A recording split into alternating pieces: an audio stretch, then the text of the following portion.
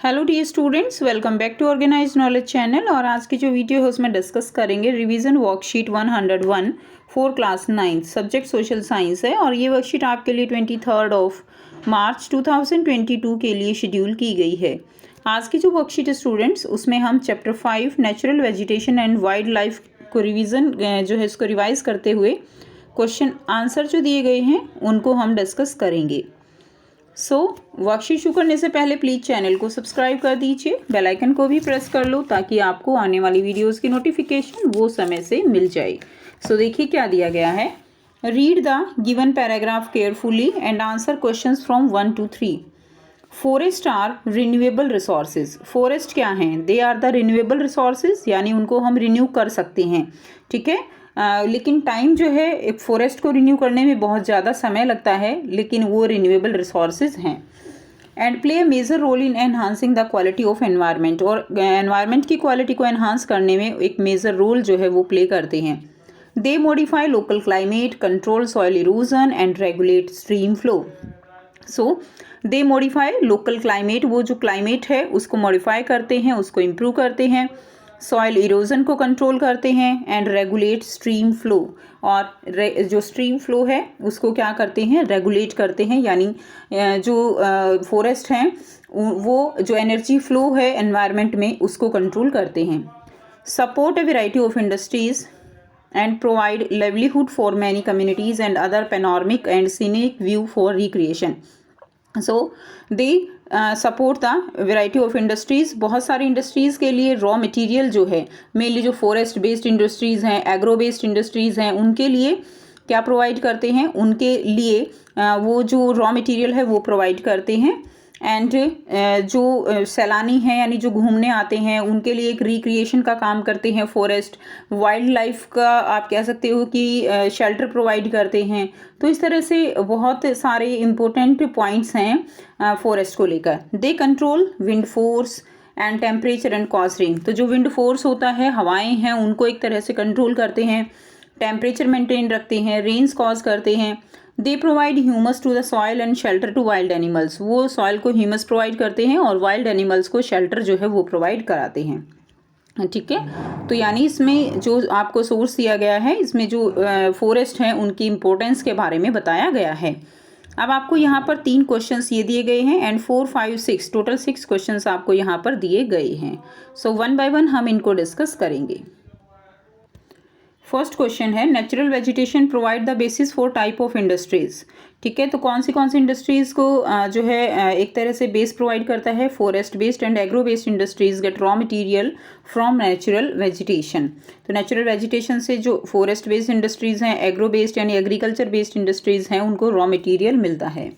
Second question, describe the indirect benefit of forest. Forest moderate the temperature of a place.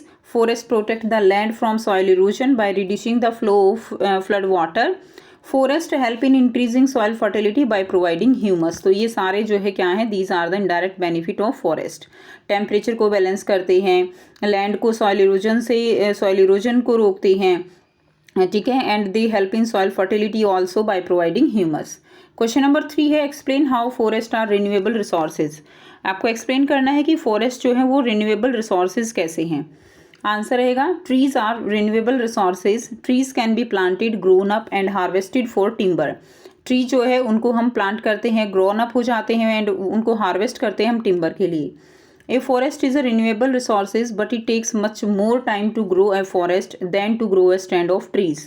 ठीक है, तो जो forest है उसको बहुत ज़्यादा टाइम लगता है ग्रो करने में एज़ कम्पेयर टू कि हम जो है कुछ प्लांट को ग्रो करें। एक फॉरेस्ट को रिन्यू करने में बहुत ज़्यादा समय लगता है, जो फॉरेस्ट के एक्चुअल जो जिस तरह की वेजिटेशन वहाँ पर होती है। ठीक है, but these are renewable resources. Question number 4 is which factor determine the distribution of plants and animals in India. कौन से फैक्टर हैं जो प्लांट्स और एनिमल्स की का डिस्ट्रीब्यूशन जो इंडिया में है उसको डिटरमाइन करते हैं?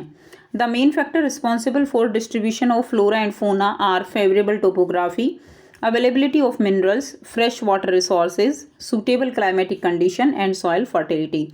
So these are the factors which determine the distribution of plants and animals in India. Now give 3 reason for the decay of biodiversity in India. 3 reason बताने हैं जिससे कि जो बायोडाइवर्सिटी है इंडिया में वो डिके होती है।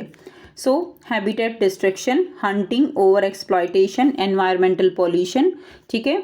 तो ये जो फैक्टर हैं इनसे जो इंडिया में बायोडाइवर्सिटी है उसका एक तरह से विनाश हो रहा है, ठीक है। सो हाँ, ओवर एक्सप्लॉयटेशन हम कर रहे हैं, पोल्यूशन बहुत ज़्यादा है जिसकी वजह से जो प्लांट्स हैं उनको बहुत ज़्यादा नुकसान पहुंचता है। इसके अलावा केवल प्लांट्स ही नहीं, इवन जो एनिमल्स हैं उनको भी बहुत ज़्यादा नुकसान पहुंचता है।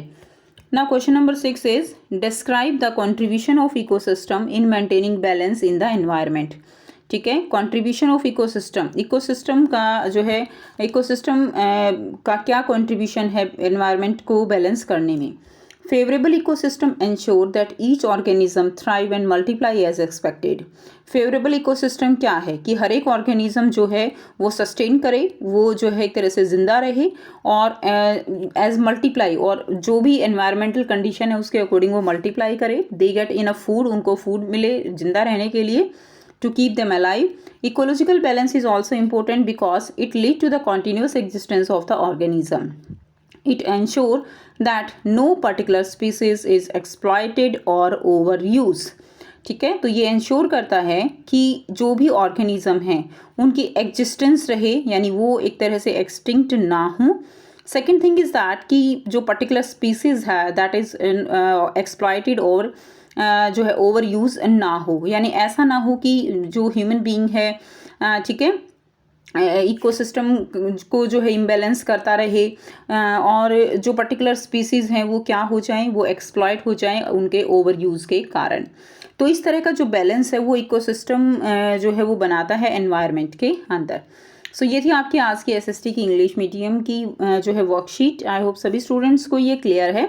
अगर आपको वीडियो अच्छी लगी तो वीडियो को ज़रूर से लाइक कर दीजिए, शेयर कर दीजिए और चैनल को सब्सक्राइब कर दीजिए। So thanks for watching students, मिलते हैं नेक्स्ट वीडियो में नेक्स्ट वर्कशीट के साथ। Take care, have a nice day.